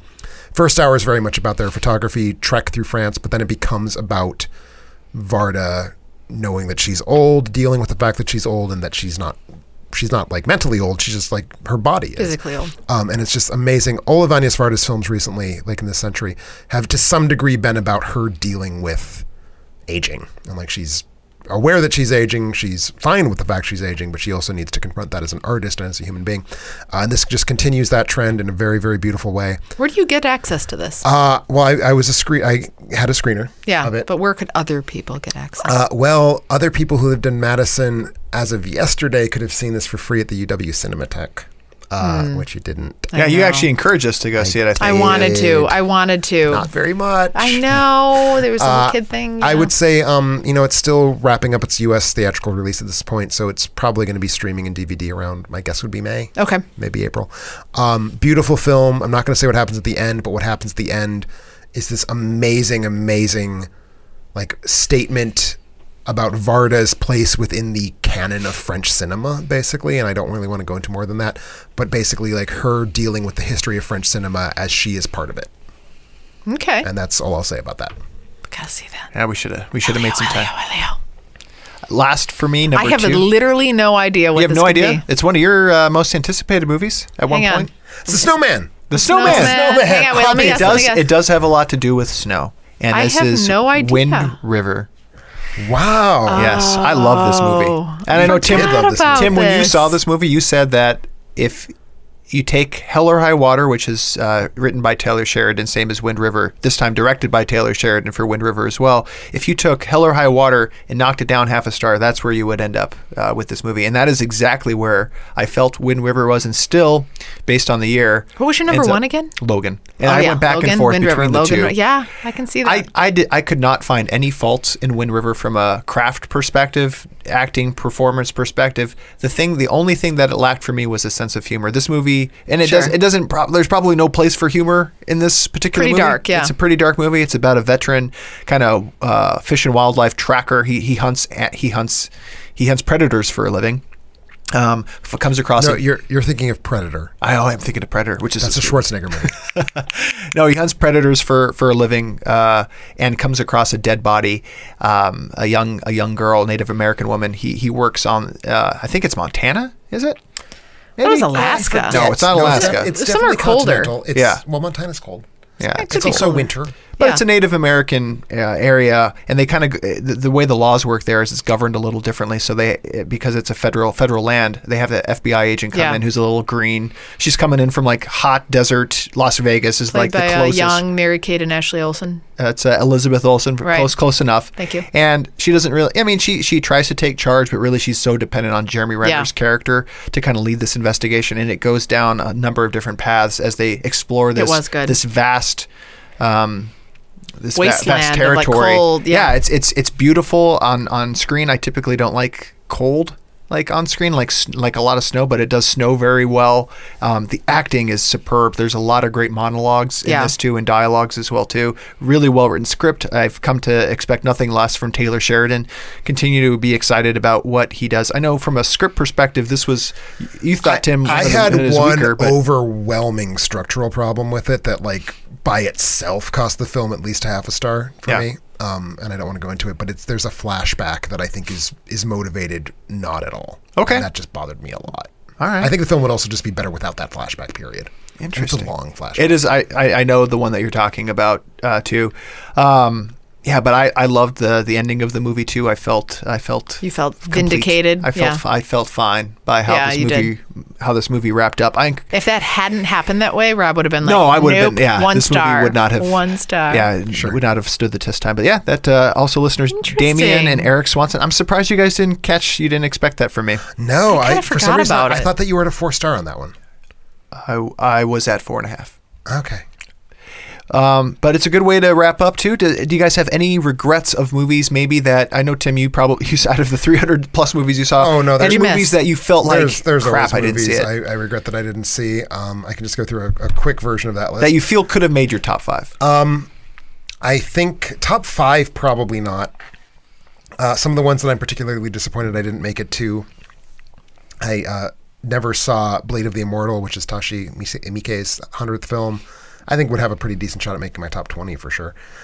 There's a film called The Human Surge, which is apparently this really remarkable, weird art film that I really, really wanted to see, and I just haven't been able to pull the trigger on.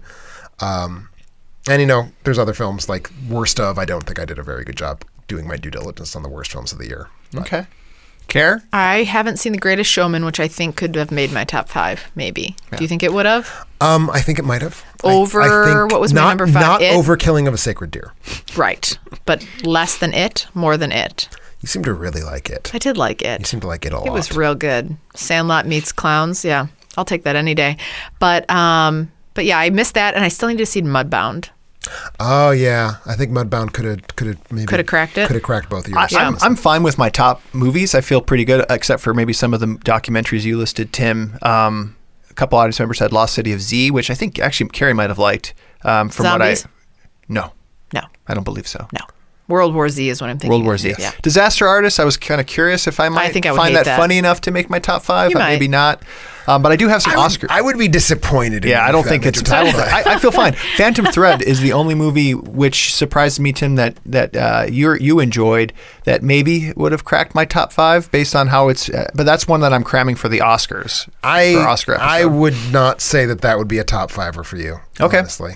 So other than that, I'm just cramming for Oscars at this point. I need to see Darkest Hour, Mudbound, Phantom Thread, Roman J. Israel Esquire, and Victorian Abdul to feel like I have a voice in the Oscar discussion. How about you? I know, Carrie, you have a couple more than that. I'm close. You've been doing a good job catching up lately. Yeah, thanks. I mean, the only one I feel like I'm really actively. I mean, I want to see everything that I can get my hands on that's been nominated, and I've missed some of the. Foreign films, some of the documentaries, but Roman J. Israel is the only one that's I definitely need to see. We're good now that we have all those movies that Tim didn't give us. No, I totally didn't give you any movies. Yeah. So what you just said is gobbledygook, and I don't even understand how to parse it. How about bottom movies? Any worst of the year, really quick? Call Me by Your Name is kind of a bottom movie. I think Depends I think it's implied that's where Elio. I don't think it's a bottom movie. I think it's a. You think Elio was a top? No, so, I think it's in a all seriousness, movie. he was totally a bottom in that. So here's scenario. my thing. Yes. Okay, maybe it's an outtake. Another if we follow the tradition episode. of Greek pederasty, I need to talk to you guys about Call Me by Your Name so bad. We will have do it an outtake for okay. it. Bottom 5 for me was The Book of Henry, Rough Night, The Snowman, The Circle, and Triple X, Return of Xander Cage. So 2 of your movies, Cara, that were most anticipated make my bottom 5. Is that your ranked bottom 5? No, it's just kind of... Because my bottom 5 rank. Okay. So I'm going to go ranked. My number 5 is The Book of Henry. Okay. So not quite the worst.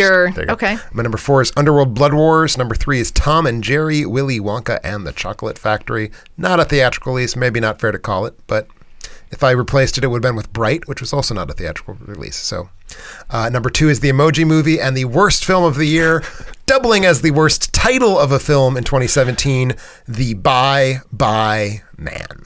Ah, he caught that one early too. Yep, it was a January. Second movie I saw in a theater this year, I think. I think mine was Ninjago, then The Snowman, then My Little Pony, then The Nut Job 2. Worst of 2017. That sounds like the worst list of a person who only sees bad movies when you are accompanying your daughters. That's right. That's right. I don't love kids' movies. Well, let's check in with our audience too. Every week we ask you to share your picks and thoughts for a chance to win a free Amazon movie rental based on the results. Here are your top 5 movies of 2017. Tied for 5th, we have Baby Driver and Lady Bird. Neither of which made ours. I'm surprised Lady Bird. Lady Bird, yeah, both good movies. People love Lady Bird. People loved Baby Driver. Neither one of those made much of an impact on me. Yeah. Get Out, Carrie, at number 3, standing alone at number 3. Nice work. But a little higher at number 2, Logan. I also had Logan. Oh, yeah, you had Logan as well, too. Right. That's true.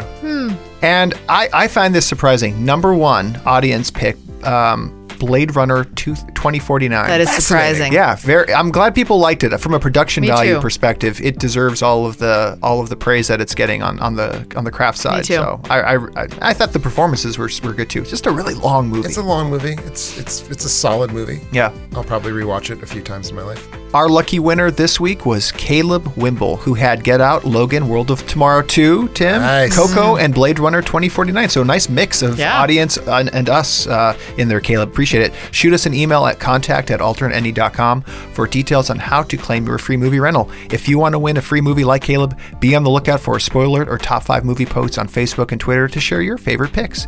And thanks for listening to the show. We're excited to be back. I know we were all eager to get back into doing what we do.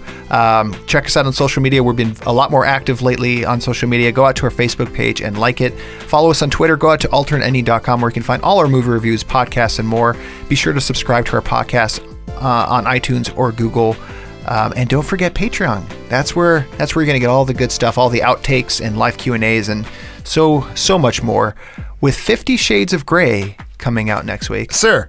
Yes. 50 Shades freed. Oh, freed.